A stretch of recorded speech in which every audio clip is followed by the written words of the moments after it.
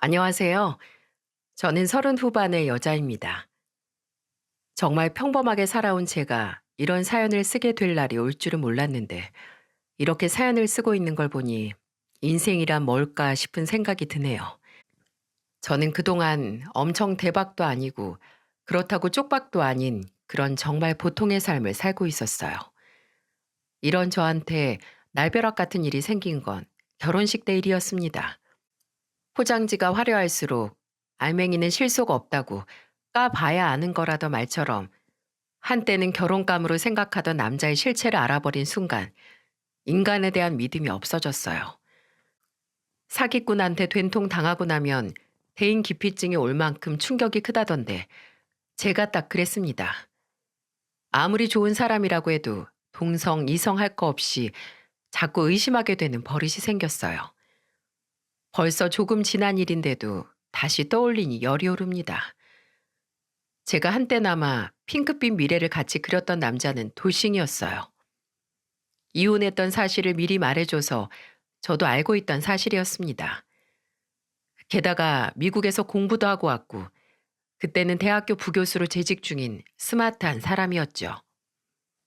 그때는 완벽한 남편을 보면서 왜 이런 사람이 이혼했을까 의구심이 들 만큼 다정다감한 사람이라고 생각했어요.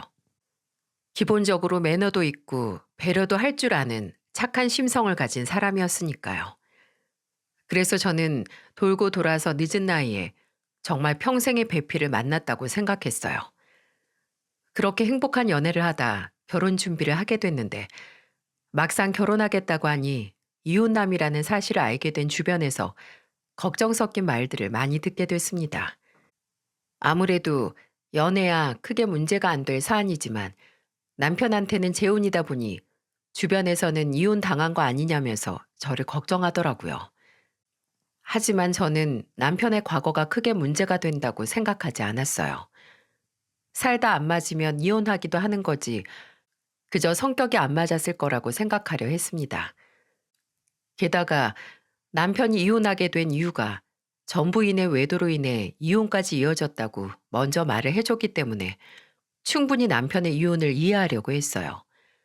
아무래도 제가 결혼 선언을 하고 걱정으로 밤새도록 머리 아팠을 사람이 저희 부모님들이실 것 같습니다. 엄마는 저만 보면 걱정 가득한 목소리로 말하셨습니다. 요즘 아무리 이혼이 쉽다고 해도 결혼하고 이혼 결정하는 거 쉬운 거 아니야. 다시 한번 생각해봐. 엄마, 그 사람 아내가 바람 펴서 이혼한 거야. 배우자가 바람을 폈는데 어떻게 평생 같이 살아? 나 같아도 이혼하지. 그거 참고 사는 사람이 바보 아니야? 둘이 살다 생긴 일이면 둘만 아는 진실이 있는 거야. 그 전 부인이랑은 얼마나 살았대? 얼마 살지도 못했대. 그냥 결혼만 했었다 뿐이지 그렇게 깊은 사이도 아니었대. 그냥 나이에 쫓겨서 급하게 한 결혼이라서 사람을 잘못 알아본 거지. 부교수라며 교수 되겠다는 사람이 사람을 못 알아봐? 집에 좀 한번 데려와. 괜히 이상한 말 하려는 거 아니지? 아, 남자는 남자가 봐야 아는 거야. 네 아빠랑 오빠가 얘기해보면 금방 눈치로 알겠지. 엄마는 남편이 한 번 이혼했었다는 사실을 마음에 걸려 하셨습니다. 부모님 마음을 이해 못하는 건 아니었어요. 요즘 시대에 이혼이 뭐가 흠이냐고 해도 저는 초혼이다 보니까 마음에 걸려 했습니다. 이혼 자체가 문제고 흠이라기보다 엄마 입장에서는 도대체 어떤 사람인지 직접 보고 겪어보고 싶어 하셨어요. 게다가 아빠와 오빠도 직접 보고 충분한 대화를 해보고 싶다는 말에 남편을 한번 만나고 싶다면서 강하게 말했습니다. 그때는 집안에서도 제가 결혼을 하겠다고 선언한 상태에서 남편의 직업과 이혼했던 정도만 알려줬으니 충분히 걱정할 만했던 상황이긴 했어요. 그때 남편이 대학 부교수로 일하고 있을 때라 바빴지만 집에 먼저 소개를 하고 결혼 승낙을 받는 게 맞다는 판단을 했습니다. 오빠 직업이 변호사였는데 수많은 사건을 담당하다 보면 의심부터 안 할 수가 없다면서 제일 남편을 더 궁금해했어요. 그래서 남편한테 저는 조심스럽게 이런 상황을 알리고 어떻게 하면 좋을지 의논을 했어요. 그러자 남편은 제 걱정과 달리 선뜻 당당하게 말했습니다. 당연히 가야지. 안 그래도 우리 둘이 직접 가서 인사드리고 결혼 이야기하는 게 낫겠다고 생각했어. 부모님 입장에서 나 완전히 도둑놈인데 충분히 안 좋아하실 만 하잖아. 그렇게 생각해줘서 고마워. 엄마가 주변에서 하도 말이 많아서 걱정된다고 하더라고. 괜찮아. 나는 당신만 날 믿어주면 주변에서 손가락질해도 다 괜찮아. 우리 하나씩 오해 풀고 결혼하면 남들보다 두 배, 세 배로 더 잘 살자. 그러면 우리 걱정하던 사람들도 남 걱정 괜히 했구나 할 거야. 남편은 저희 집안에서 반대까진 아니어도 어느 정도 걱정을 하고 있다는 사실이 충분히 그럴 수 있다면서 저를 위로했어요. 막연한 오해에 괜히 신경 쓰여 하거나 억울해하지도 않았습니다. 오히려 제가 더 먼저 남편이 상처받을까봐 걱정했지만 예상했다는 듯 태어난 모습이었죠. 저는 남편이 이렇게 마음이 넓은 사람인 게 참 좋았습니다. 대학 부교수로 지내면서도 잘난 척하거나 아는 척하는 사람도 아니었고요. 같이 역을 지나다가 노숙자를 보면 앞에 있는 바구니에 10,000원짜리 지폐를 넣어주곤 했습니다. 길에 있는 노숙자한테 돈 주는 사람을 처음 봐서 신기했는데 남편은 아무렇지 않다는 듯이 말했어요. 나는 10,000원 없다고 당장 굶는 거 아니잖아. 그런데 저분은 10,000원으로 하루 한 끼 정도는 배부르게 드실 수 있을 텐데 얼마나 좋아?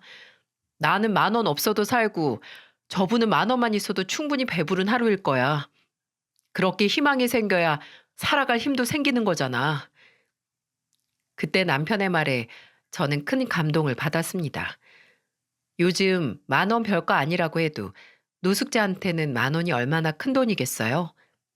정말 별거 아니고 지나칠 수 있는 일에도 기꺼이 발걸음을 멈춰서 선행을 베푸는 모습이 사람을 달라 보이게 만들었습니다. 이뿐만이 아니었어요. 혼자 살고 있어도 요리는 잘 할 줄 모르던 남편이었는데 길을 가다가 보따리를 풀고 야채를 파는 할머니를 보면 꼭 먼저 다가가서 이렇게 말했어요. 할머니, 한 바구니 주세요. 오늘 나물 해 먹으려고요. 아, 젊은 사람이 나물 해 먹을 줄은 알아? 그럼요. 저 반찬 만들기 선수예요. 남편은 할 줄도 모르는 나물을 한가득 사오면서 자기가 반찬 잘한다면서 큰 소리를 치더군요. 그렇게 길을 가다 나물을 한가득 산 날에는 남편 집으로 가서 남편과 서툰 솜씨로 나물 반찬을 만들곤 했어요. 제가 반찬 사 먹으면 되는데 왜 굳이 이렇게 사냐고 물어보면 남편은 자기가 이걸 사야 할머니가 빨리 집에 가서 쉬실 수 있다면서 말했습니다. 남편은 이렇게 주변에 자기가 도움이 될 만한 일이면 꼭 나서서 실천하고는 했어요.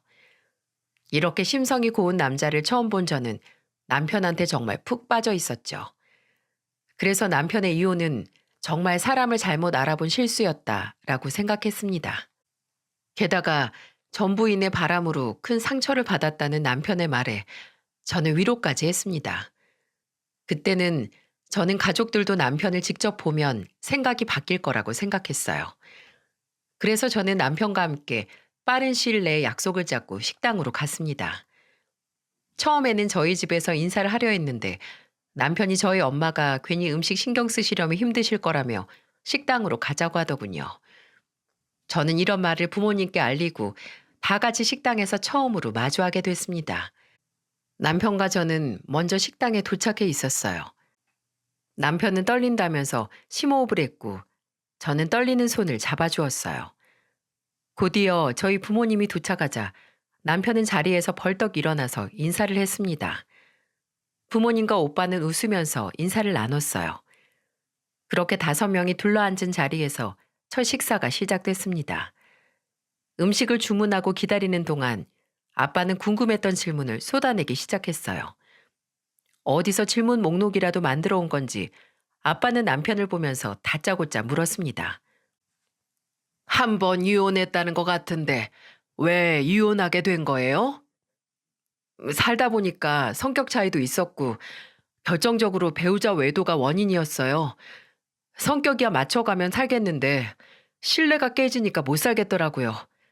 그래서 그동안 연애도 제대로 못했는데 이번에 은주 씨 만나면서 다시 사람을 믿어볼 수 있게 됐어요. 이런 말 불편할 수 있어도 우리 은주는 초혼이라 어쩔 수가 없어요.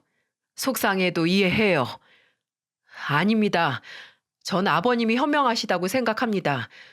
오히려 이렇게 물어주시니 변명할 기회라도 얻은 것 같아서 편하네요. 말씀도 편하게 해주세요. 앞으로 더 많은 이야기 나누려면 편히 해주시는 게 좋을 것 같습니다. 아빠는 먼저 편하게 다가오는 남편을 보면서 멋쩍게 웃었어요. 처음에는 존대로 하던 아빠도 남편의 말을 듣고는 말을 편히 하기 시작했고요.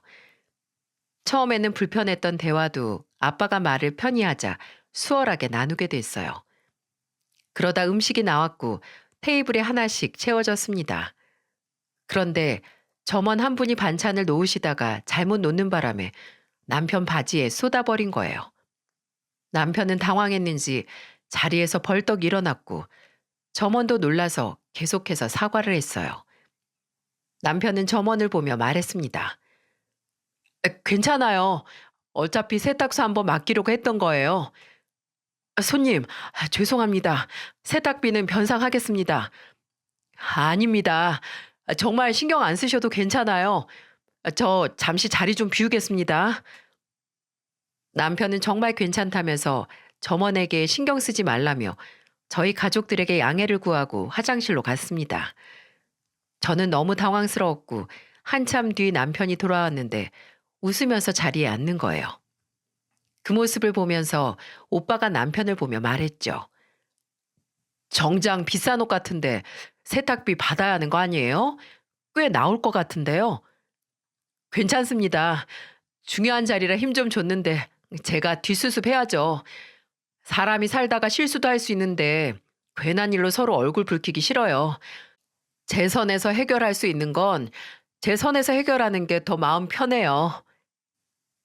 남편이 얼굴 한번 찡그리지 않고 점원의 실수를 덮어주는 모습에 엄마는 사람이 욱하는 게 없어서 좋다고까지 했어요. 게다가 그날 부모님은 남편과 말도 편하게 하면서 이것저것 물어보니까 많은 대화를 해본 게 좋다고 하셨습니다. 부모님은 남편이 인성이 좋은 사람 같다며 칭찬을 아끼지 않았다니까요. 그런데 오빠는 남편을 보면서 날카로운 질문들을 했어요. 배우자 외도로 이혼했다고 하셨는데 더 만날 일 없이 깔끔하게 정리되신 건가요? 그럼요. 이혼한 지도 오래됐고 이젠 남이라고 봐야죠. 저도 이제는 그날 상처로부터 자유로워진 것 같아요. 참고 사는 것보다 이혼이 낫긴 한데 재산 분할이나 혹시 양육권 같은 문제는 없으셨어요? 양육권이요? 저희는 애가 없어서 이혼이 빨랐어요. 아마 아이 있었으면 고민했을 텐데 애가 없으니 끝난 거죠. 근데 왜 소송은 더 안 하시고 합의 이혼하신 건가요? 그래도 한때 사랑했던 사람과 소송으로 싸우고 싶은 사람이 어딨겠어요. 그냥 인연이 아니었다 생각하고 깔끔하게 끝냈습니다. 형님께서 변호사라고 들었는데 역시 날카롭게 질문하시네요. 아무래도 오빠가 질문도 많았고 궁금해하는 것도 많아서 힘들었을 텐데도 남편은 싫은 내색도 없었어요. 그래도 남편이 망설임 없이 척척 대답하니까 오빠도 이제는 안심을 하는 것 같았습니다. 그날 자리가 좋게 마무리되자 남편도 그제야 안심하는 듯 싶었어요. 저희 식구들이 결혼 승낙했다는 사실에 남편이 제일 기뻐했어요. 그렇게 저는 남편과 본격적으로 결혼 준비를 하게 됐죠. 남편은 부교수로 일하는 것도 바쁠 텐데 봉사활동까지 한 달에 한 번씩 가는 것도 잊지 않았어요. 경기도에 있는 유기견 센터에서 봉사를 한다기에 저도 같이 가고는 했습니다. 약한 사람, 아픈 동물을 보면 남편은 꼭 이렇게 도움을 줘야만 하는 사람이었어요. 그래서 같이 봉사를 하다 남편을 보면서 이렇게 말했습니다. 동물 좋아하는 사람은 나중에 애기한테도 잘한다더라. 당신은 아기 태어나면 어떨 것 같아? 내 새끼인데 정말 최선을 다해 지켜줘야지. 생각만 해도 너무 행복하다. 우리 사이에 아이가 생기면 진짜 행복할 것 같아. 우리 아이 생기면 내가 진짜 아이도 당신한테도 자랑스러운 아빠 또 남편 될 거야. 든든한 내 남편, 내가 내조 잘해서 우리 남편 더 훨훨 날아갈 수 있게 도와줄게. 요즘 사람들 자기 사는 인생만 챙기느라 바쁜데 남편은 주변을 챙길 줄 아는 사람이었어요. 이런 심성을 가진 사람이면 분명 제 아이와 저도 잘 챙겨줄 사람이라고 생각했습니다. 정말 가정을 위해서 헌신해 줄 사람이라고 믿었어요. 세상에 둘도 없는 사람이라고 믿었는데 제가 제 발등을 찍고야만 선택이었죠. 지금도 저 모습을 그대로 믿고 결혼까지 생각했던 제가 한심스러워요. 그래도 그때는 유기견 봉사활동도 한 달에 한 번씩 꾸준히 가는 데다 후원금도 매달 보내기까지 하는 모습에 약한 사람 지나치지 못하는 모습이 재간을 꿈꿔오던 사람이었어요. 늦은 나이에 만난 남자라 그런지 괜히 더 운명처럼 느껴진 것도 있습니다. 큰 반대는 아니었지만 저희 집안 승낙을 받고 나니까 결혼 준비는 물 흐르듯 흘렀어요. 저는 시댁 식구들과도 금방 친해졌습니다.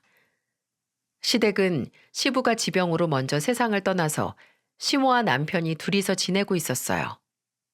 하나 있는 신우는 결혼해서 가정을 꾸린 상태였습니다. 그래서 그런지 시모는 남편과 가까워 보였어요. 아들을 끔찍하게 아끼는 엄마 이런 느낌은 아니었는데 시모는 남편을 굉장히 애틋하게 생각하는 것 같았습니다. 한 번은 시모가 제가 일하는 회사까지 찾아와서 저를 만났던 적이 있어요. 제 퇴근 시간에 맞춰서 온 시모는 같이 저녁을 먹자며 친근하게 말했습니다. 저는 너무 놀라서 퇴근하자마자 바로 달려나가 시모를 보며 반가운 목소리로 말했어요. 어머님, 여기까지 웬일이세요? 아니, 그냥 뭐 물어볼 것도 있고 너랑 저녁도 먹고 같이 놀자고 나왔지. 갑자기 찾아온 시모는 저한테 따로 물어볼 게 있다면서 저를 찾아온 게 의아했습니다. 시모와 근처 식당으로 가서 같이 밥을 먹으며 마주 앉았어요. 시모는 밥을 먹으면서도 저한테 물을 말이 있는지 괜히 눈치를 보는 것 같았습니다. 그래서 저는 밥을 먹고 근처 카페로 이동해서 시모를 보며 할 말이 있는지 물었는데 시모는 계속 눈만 돌리면서 별거 아니라며 뜸을 들였어요. 시모는 저를 보며 대뜸 이런 말을 했어요. 내가 어제 꿈자리가 하도 사나워서 너한테 물어보는 건데 기분 나빠하지 말고 들어줘. 네? 어떤 건데요? 너 나이도 있는데 초혼 맞는 거야? 요즘에는 여자들 나이 속이고 빚도 숨기고 결혼하는 사람들 많다며. 갑자기 그게 무슨 말씀이에요? 저 초혼 맞아요. 그렇지? 아유, 그냥 내가 별 생각이 다 들어서 그래. 혹시 네 앞으로 대출은 없고? 우리 아들 이혼했다고 괜히 간판만 보고 달려드는 여자애들이 한둘이 아니었어. 자라보고 놀라면 소뚜껑 보고도 놀란다고들 하잖아. 걱정하시는 마음은 이해하는데 저 정말 그런 거 없어요. 결혼을 급하게 생각 안 해서 늦어진 것뿐이고요. 그럼 내 앞에서 핸드폰으로 대출 조회 좀 해봐. 너 얼마 모았는지도 다 보여주고. 시모는 갑자기 돌변하더니 저한테 대출 조회를 해보라면서 권하는 겁니다. 저는 너무 놀랐어요. 갑자기 대뜸 대출 조회를 해보라니 조금 불쾌했습니다. 대출도 그렇고 모아둔 돈도 그렇고 이건 남편과 제가 상의할 문제라고 생각했어요. 그런데 이걸 왜 시모한테 전부 보여줘야 하나 이해가 안 갔습니다. 그래서 저는 시모를 보며 말했어요. 이건 제가 남편과 상의할 문제라고 생각해요. 둘이 서로 다 보여주고 문제 없으면 괜찮은 거잖아요. 나는 내 눈으로 꼭 봐야겠으니까 그렇지. 아니요. 저는 남편이랑 상의할게요. 제가 정말 문제 있으면 남편도 더 이상 결혼에 대해 진행 안 하겠죠. 똑똑한 사람이잖아요. 그냥 저희 믿어주세요. 저는 시모한테 침착하게 말했어요. 그러자 시모는 약간 당황한 듯한 얼굴로 헛기침을 했습니다. 솔직히 저도 떳떳해서 안 보여줄 이유는 없었지만 이런 문제는 남편과 둘이 상의할 문제라고 생각했어요. 그리고 이렇게 심오와 같이 공유하기 시작하면 결혼하고 나서도 이런저런 걱정으로 저를 찾아오실 것 같았거든요. 그래서 제가 더 선을 그으면서 말했습니다. 아무래도 남편이 한번 결혼에 실패했던 전력이 있으니 걱정하는 거라고 생각했어요. 그래서 남편한테 이 문제를 털어놨습니다. 제가 시모와 있던 일을 털어놓자 남편은 저한테 대신 사과를 하면서 말하더군요. 우리 엄마가 괜한 걱정하는 거야. 미안해. 내가 중간에서 줄 잘할게.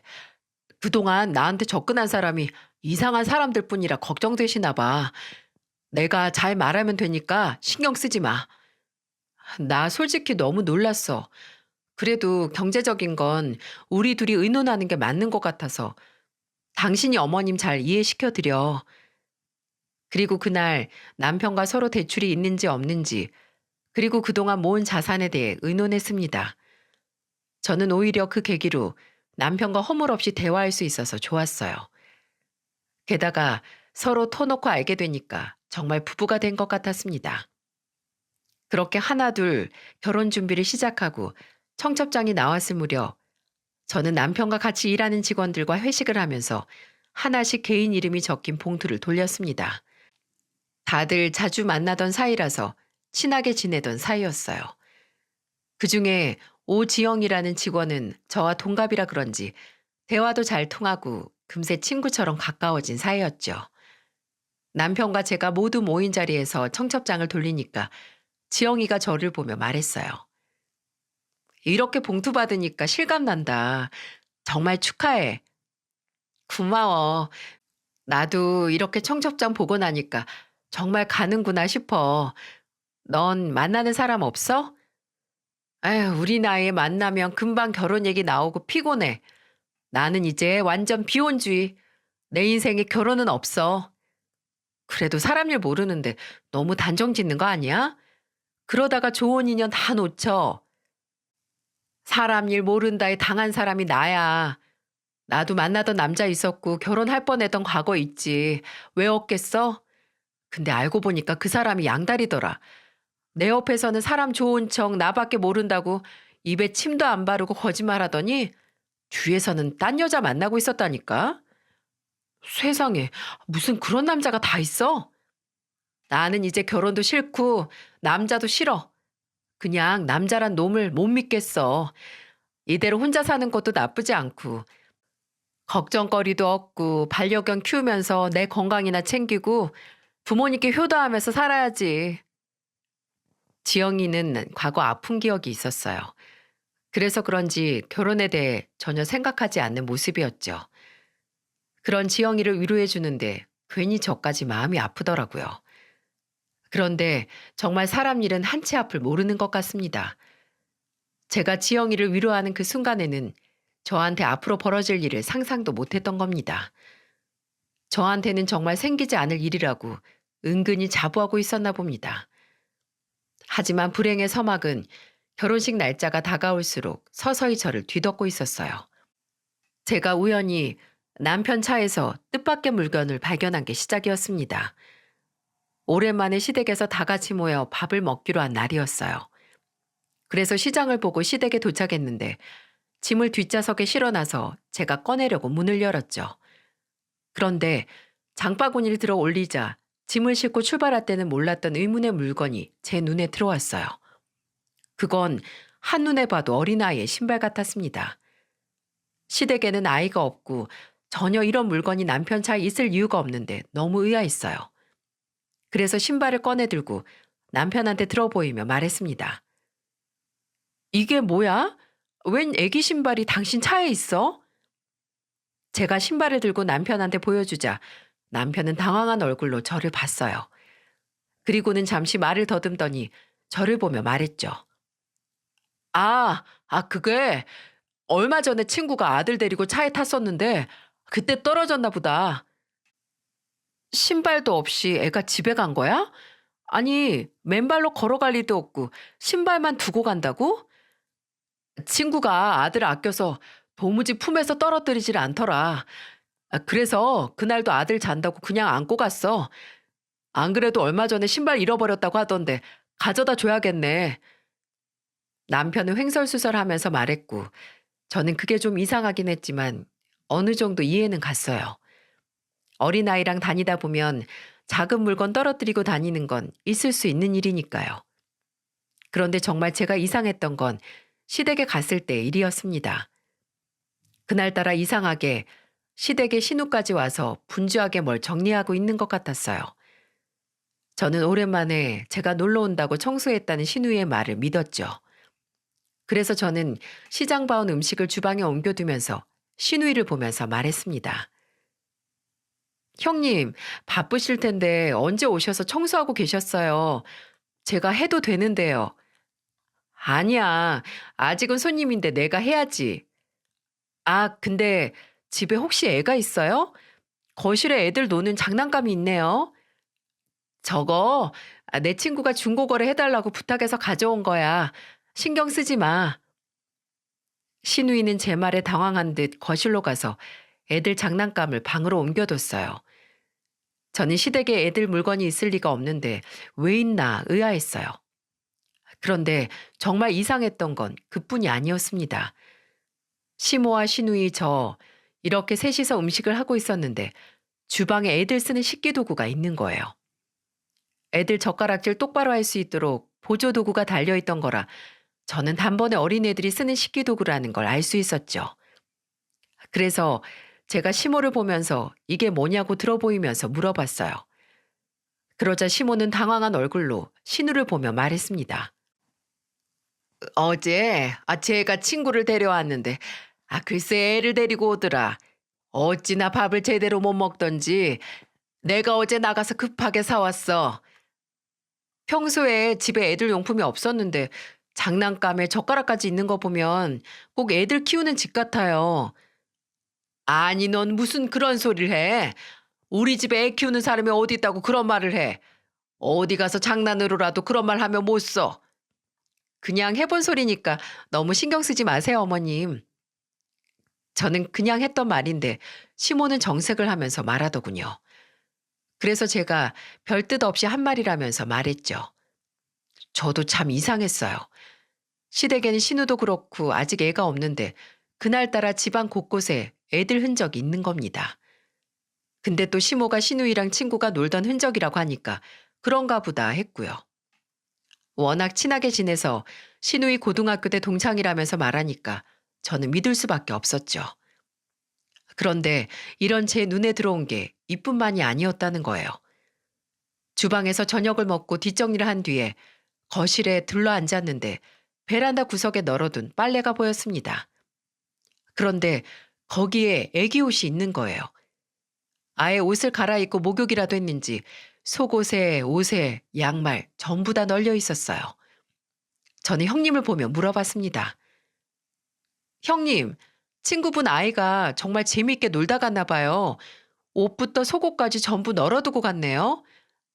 아, 어제 놀이터에서 놀아서 그런가. 애가 땀도 나고 옷도 더러워졌길래 그냥 씻고 가라고 했어. 집안 곳곳에 애들 흔적 있으니까 기분이 좀 이상하네요. 어디서 갑자기 어린애가 달려 나올 것 같아요. 제가 장난처럼 집안 어딘가에서 애기가 달려 나올 것 같다고 말하자 분위기가 이상했어요. 지금 생각해보면 이런 거 하나하나가 조상이 저를 돕고 있었던 건데 둔했던 저만 몰랐던 것 같습니다. 진짜 상상도 못할 일이었으니까요. 게다가 시모와 시누이가 합심을 해서 변명을 하니까 저는 철석같이 믿을 수밖에 없었죠. 그런데 그때 제가 어디서 어린아이가 나올 것 같다고 하자 시누이가 울먹이기 시작했어요. 그러면서 저를 보며 이렇게 말하더군요. 사실 내가 몇 년째 애가 안 생겨서 친구 애를 이렇게 봐주곤 해. 나도 내 새끼 낳고 키우고 싶은데 임신이 안 되니까 이렇게라도 애를 보고 싶었나 봐.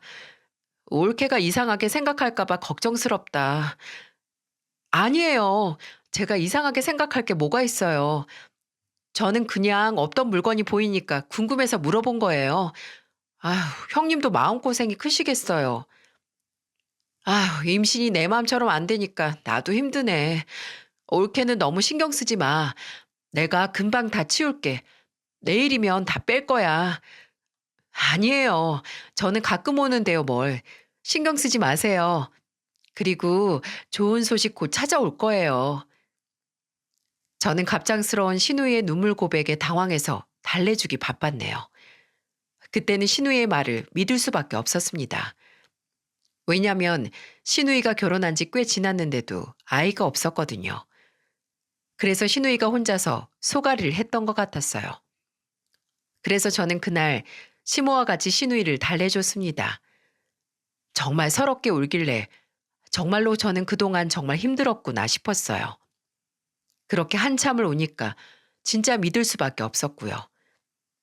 작정하고 사기치는 놈 못 당한다더니 정말 제가 딱 그 꼴이지 뭔가요? 와, 지금 생각해도 기가 막힙니다. 진짜 사기꾼한테 이렇게 당하는구나 싶어요. 정말 시댁에 있던 모든 아이들 용품 자네들이 진짜 신우이 때문인 줄 믿었어요. 그리고 남편도 한 번씩 거들면서 그동안 신우이가 임신 때문에 스트레스를 많이 받아서 시험관 수술도 했었다는 말을 덧붙이니까 정말 저는 그런 줄로만 생각했습니다. 게다가 그동안 쌓아온 남편과의 신뢰감이 저를 더 한 채 의심도 없이 만들었어요. 저를 속일 리가 없다고 은연중에 믿고 있었던 겁니다. 하지만 결혼 전 이 사람이 나를 속이고 있는 건 아닐까 하고 의심하는 사람이 정말 있었을까요? 그렇게 저를 완벽하게 속이는데 성공한 남편과 저는 결혼식을 하게 됐어요. 대학 부교수였던 남편은 대학 관계자들과 유학 시절 알게 된 지인들 등등 하객이 정말 많이 왔어요. 저에 비하면 남편은 하객이 많이 오긴 했더라고요. 그때만 해도 결혼식 지나고 남편과 정말로 행복한 일만 남았다고 생각했지만 그건 제 큰 오산이었어요. 딱 신혼여행까지만 좋았네요. 친구들끼리 가는 해외여행과 비교도 안 되게 행복했어요. 하지만 이런 행복한 시간 뒤 제가 겪어야 할 현실은 가혹했습니다. 꿈 같은 결혼식을 올리고 행복한 신혼여행이 끝나자 바로 지옥 같은 현실이 눈앞에 펼쳐졌어요.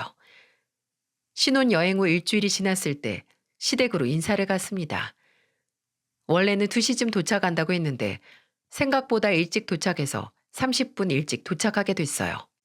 늦는 것보다 일찍 오는 게 무슨 문제가 될까 싶어서 저는 시댁에 따로 연락을 드리지 않고 올라갔습니다. 그런데 현관문 앞에 섰을 때부터 집안이 소란스러웠어요. 남편도 영문을 모르는 표정으로 시댁 문을 열었습니다. 저는 그때 시댁 문 열리자마자 정말 입을 다물지 못했어요. 글쎄 시모가 5살쯤 되어 보이는 남자아이를 안고 있는 겁니다. 제 눈으로 보고도 믿기지 않았어요. 잠시 제가 귀신을 보는 건가 싶었다니까요. 그래도 그때는 저번에 다녀갔다던 신우 친구 아들인가 했죠. 그래서 저는 어머님을 보며 물었습니다. 어머님, 누구 아이예요?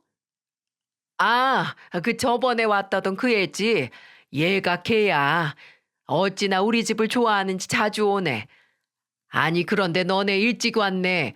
길 막힌다면서? 생각보다 안 막혔어요. 그런데 아기가 뭔가 형님이랑 남편 닮은 것 같기도 하고 되게 낯이 익네요. 자주 보면 닮는다더니 그런 건가. 이제 갈 거니까 신경 쓰지 말어. 시모는 당황한 얼굴로 짐을 싸려고 했어요. 그런데 옆을 보니까 남편이 없는 겁니다. 저는 현관문 밖에서 안 들어오고 서 있는 남편을 불렀어요. 남편은 제가 불러도 안 들리는 척을 하는 건지 난감한 얼굴로 집 안으로 들어오질 않았습니다. 저는 그런 남편 손을 이끌며 집 안으로 끌었어요. 그런데 그때였습니다. 신우이 친구 아들이라던 그 아이가 남편을 보자마자 달려드는 거예요. 그러더니 충격적인 말을 내뱉었어요. 아빠, 보고 싶었어요. 아이가 아빠라고 말하는데 저는 정말 너무 놀랐습니다. 아이들은 거짓말을 못한다고 하잖아요. 익숙한 듯 남편을 보자마자 아빠라고 부르며 달려가 안기는 게 늘 그렇게 인사하던 사이 같았습니다. 그래서 저는 너무 기가 막히고 어이가 없어서 남편을 추궁하며 물었어요. 당신, 이게 무슨 소리야? 아빠라니, 당신 애야? 저는 너무 기가 막혀서 남편을 추궁했는데 남편이 아무 말도 없이 고개를 푹 숙이는 겁니다. 정말 눈앞이 노래진다는 게 그런 거구나 싶었고 머리가 핑 돌았어요. 사람 뒤통수를 쳐도 어떻게 이렇게 칠 수 있나 싶어서 남편을 보면서 계속해서 제발 말 좀 해보라면서 소리쳤습니다. 그러자 시모가 저를 말렸어요. 그러면서 저를 보면서 다짜고짜 이런 말을 했습니다. 내가 숨기라고 했다. 어차피 이렇게 된 거 다 들통날 줄 알았어. 차라리 잘 됐다 싶네. 지금 뭐가 잘 됐다는 거예요? 어머님 정말 이게 말이 된다고 생각하세요? 숨기라고 했다뇨? 형님이 저 같은 꼴 당했다고 해도 잘 됐다고 하실 거예요? 너 솔직히 말해봐. 내 아들 대학 부교수니까 나중에 교수 사모님 소리 들으려고 결혼하는 거 아니야? 안 그러면 초혼인 네가 이혼남이랑 왜 결혼을 하는데? 그건 뭐 말이 된다고 생각하니? 순서 차이는 있어도 너는 우리 아들이 애 딸린 이혼남이라고 했어도 결혼하려고 했을걸? 안 봐도 비디오지. 뭐라고요? 세상에 교수가 무슨 대통령이라도 되나요? 영부인 되는 것도 아니고 교수 사모가 뭐라고 제가 그런 짓을 해요. 그리고 사람 보고 결혼하지 직업 보고 결혼하냐고요. 위선 떨지 마. 내 아들 내가 봐도 완벽해. 내 아들이라서 하는 소리가 아니라 흠 하나 없는데 애 딸린 이혼남 그거 하나 흠이야. 그거 하나 못 품어줘? 너 우리 아들 좋다며. 그냥 사랑하니까 그 자체로 받아들이면 되는 거잖아. 지금 빌어도 모자랄 판에 뭐요? 적반하장으로 나오면 제가 못 이기는 척 받아들일 것 같으세요? 기가 막혀서 가족이 완전 사기꾼이네. 형님도 그러는 거 아니에요. 같은 여자끼리 덮어줄 게 있고 아닌 게 있지. 애를 속여요? 임신을 못해서 걱정 많아 보여서 저 진심으로 형님 걱정했어요. 그런데 어떻게 이렇게 저를 속이세요? 저는 너무 기가 막히고 황당해서 시누이와 시모한테 소리를 질렀어요. 그리고 제 옆에서 애를 안고 죄인처럼 서 있는 남편을 보자 기가 막히더군요. 어른이 문제지 애가 무슨 죄가 있겠어요? 정말 저는 기가 막혀서 남편을 보고 말했습니다. 사기 결혼해놓고 뭐가 잘났다고 그렇게 서 있어? 입 뚫렸으면 말 좀 해봐. 나 꼬실 때는 청산유수처럼 잘도 하더니 들킬 줄은 몰랐니? 미안해. 내가 잘못했어. 그게 다야? 어떻게든 결혼하려고 꼬실 때 변명도 생각했어야지. 기가 막혀서 내가 너 같은 걸 믿고 내 미래를 그렸다는 게 아직도 바보 같아. 너 부교수 된 지 얼마 되지도 않았지? 두고 봐. 나는 너 가만 안 둘 거야. 내가 지금 겪은 충격의 10배는 넘게 되갚아 줄 테니까 딱 기다려. 나 좀 이해해 줄 수 없어? 사실대로 말하면 나를 떠날까 봐 그래서 그랬어. 미리 말을 하고 선택을 내 몫으로 뒀어야지. 이게 숨긴다고 숨겨져? 언제까지 숨기려고 했는데? 아니다. 이런 사기꾼 집단들 붙들고 진실을 알려고 하는 게 우습네. 내가 이 집구석 가만두나 봐. 저는 시댁에서 악을 쓰며 소리치고 집을 나와버렸습니다. 그리고도 화가 가라앉지 않았어요. 당장 부모님이 있는 집으로 가기도 싫었고 누군가라도 만나서 털어놓고 싶었습니다. 그래서 저도 모르게 지영이한테 전화를 걸었어요. 그러자 지영이는 제가 울면서 전화를 걸어서 놀랐는지 제가 있는 곳을 묻더니 바로 달려와 줬어요. 저는 지영이를 보자마자 덥석 끌어안고 펑펑 울었습니다. 그리고 조금 진정되자 지영이는 저한테 걱정되는 목소리와 얼굴로 물었어요. 너 왜 울어? 무슨 일 있었어? 신혼여행 다녀온다면서 여행 가서 싸웠어? 아니면 돌아와서 무슨 일 있던 거야? 아니, 나 진짜 기가 막혀서 내가 겪은 일인데도 진짜인지 믿기지가 않아. 왜? 뭔데 그래? 결혼식 잘하고 잘 떠났는데 무슨 일이야? 그 새끼 알고 보니까 5살짜리 아들 있는 놈이었어. 나 진짜 어떡해? 뭐? 애가 있다고? 미쳤어. 아니, 그걸 속이고 결혼한 거야? 너 정말 까맣게 몰랐어? 진짜 몰랐어. 시댁에 가면 애들 용품이 있긴 했는데 그때마다 시누이가 자기가 애가 하도 안 생겨서 친구애 봐주는 거라고. 그렇게라도 해야 자기가 살 것 같다면서 울면서 말하는데 어떻게 의심하겠어. 나 진짜 그런 사람인 줄 꿈에도 몰랐어. 지영이는 놀라 기겁한 얼굴이었습니다. 같은 여자로서 충격과 같이 일하던 부교수의 사기 행각에 믿을 수 없는 눈치였죠. 게다가 지영이는 결혼을 생각했던 남자가 바람펴서 파혼했던 경험이 있는지라 이 상황에 저를 가장 잘 이해해 줄 수 있는 사람이었고요. 하염없이 우는 저를 안아 달래주고는 우선 집으로 가서 부모님께 상황을 알리라면서 말해줬어요. 지영이가 침착하게 말해주자 저는 이제야 정신이 돌아오는 듯 했습니다. 그래서 저는 이 기가 막힌 상황을 집에 알리려고 집으로 갔습니다. 가족들은 신혼여행 후 일주일 만에 본 제 몰골을 보고 놀랐습니다. 눈물 콧물 범벅이 된 채로 온 저를 보자마자 엄마는 저를 보며 말했어요. 너 꼴이 왜 이래? 아니 이게 다 무슨 일이야? 엄마, 나 사기당했어. 그 사람 5살짜리 애가 있었어. 뭐? 애가 있다고? 아니 그런 말 없었잖아. 전처랑 결혼 생활 짧아서 정도 없고 애도 없었다고 하지 않았어? 다 거짓말이야. 둘 사이에 애가 있었다는데 나 진짜 기겁하는 줄 알았어. 괜찮아. 더 살다가 알게 된 것보다 100번 나아. 잘했어. 그런 거 덮고 사는 거 아니야. 제가 모든 사실을 털어놓고 집에서 엉엉 울자 온 가족이 다 기가 막혀 있어요. 오빠는 남편한테 전화해서 화를 내면서 가만 안 두겠다고 말했고 부모님은 저를 달래느라 정신이 없었습니다. 저는 꼭 복수할 거라고 다짐했어요. 저 때문에 온 식구들이 괜한 걱정거리 만든 것 같아 마음이 안 좋았습니다. 그리고 이대로 가만히 당하고 있을 수만 없었어요. 세상에 사람 좋은 척은 혼자 다 하고 다니는 남편놈의 실체를 까발리기로 결심했습니다. 저는 이걸 지영이한테 부탁했어요. 대학교 게시판에 올려달라고 한 거죠. 그런데 저는 더 충격적인 사실을 알게 됐어요. 오빠가 남편을 찾아가서 화를 내고 욕을 하니까 남편은 숨기고 있던 걸 모두 털어놓은 겁니다. 오빠가 비만이라 덩치가 엄청나요. 그런 사람이 눈앞에서 화내고 욕하니까 겁이 났는지 제발 저려서 남편이 털어놓은 사실들은 이랬습니다. 사실 아내가 바람폈던 게 아니고 제가 잠시 한눈을 팔았어요. 아내가 그런 저를 못 참고 이혼을 하자고 하는데 저 때문에 애도 싫다고 저한테 보낸 거예요. 뭐? 그래 놓고 뻔뻔하게 거짓말을 해? 나 이거 전부 녹음 중이니까 전부 다 털어놔.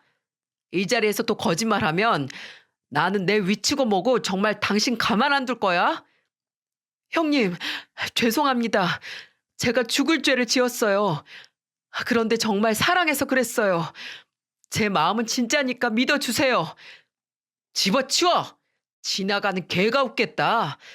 결국 너는 바람펴서 이혼당한 주제에 그 사실 전부 속였고 심지어는 애도 없는 척 숨겼어. 그리고서는 사람 좋은 척 웃고 떠들고 온 식구들이 너 칭찬해 줄 때 좋았겠지. 나는 내 동생 생각해서라도 너 절대 가만 안 둘 거야. 남편과 오빠가 나눈 대화 녹음을 전해 듣고는 기가 막혔어요. 그래서 더욱 제가 더 이상 지켜볼 수만 없었죠. 저는 지영이한테 대학교 익명 게시판에 대신 올려달라고 부탁하고 이런 글을 썼습니다. 땡땡 대학교 모 학과 부교수 두 얼굴의 실체를 밝힙니다. 애 딸린 이혼남에 바람펴서 이혼 당해놓고 전처 탓하면서 사기 결혼까지 한 부교수의 실체를 밝힙니다. 일주일 전 저를 깜쪽같이 속이고 결혼한 두 얼굴의 사람이에요. 그 사람 책상에는 온갖 후원 증서, 봉사상 같은 게 있을 겁니다. 그리고 꼭 사람들이 많이 다니는 지하철역 노숙자를 모두가 보는 앞에서 도와줄 거예요. 길거리에서 나물 파는 할머니도 지나치지 못하죠. 가증스럽게 착한 척하고 뒤로는 저를 속이고 있었습니다.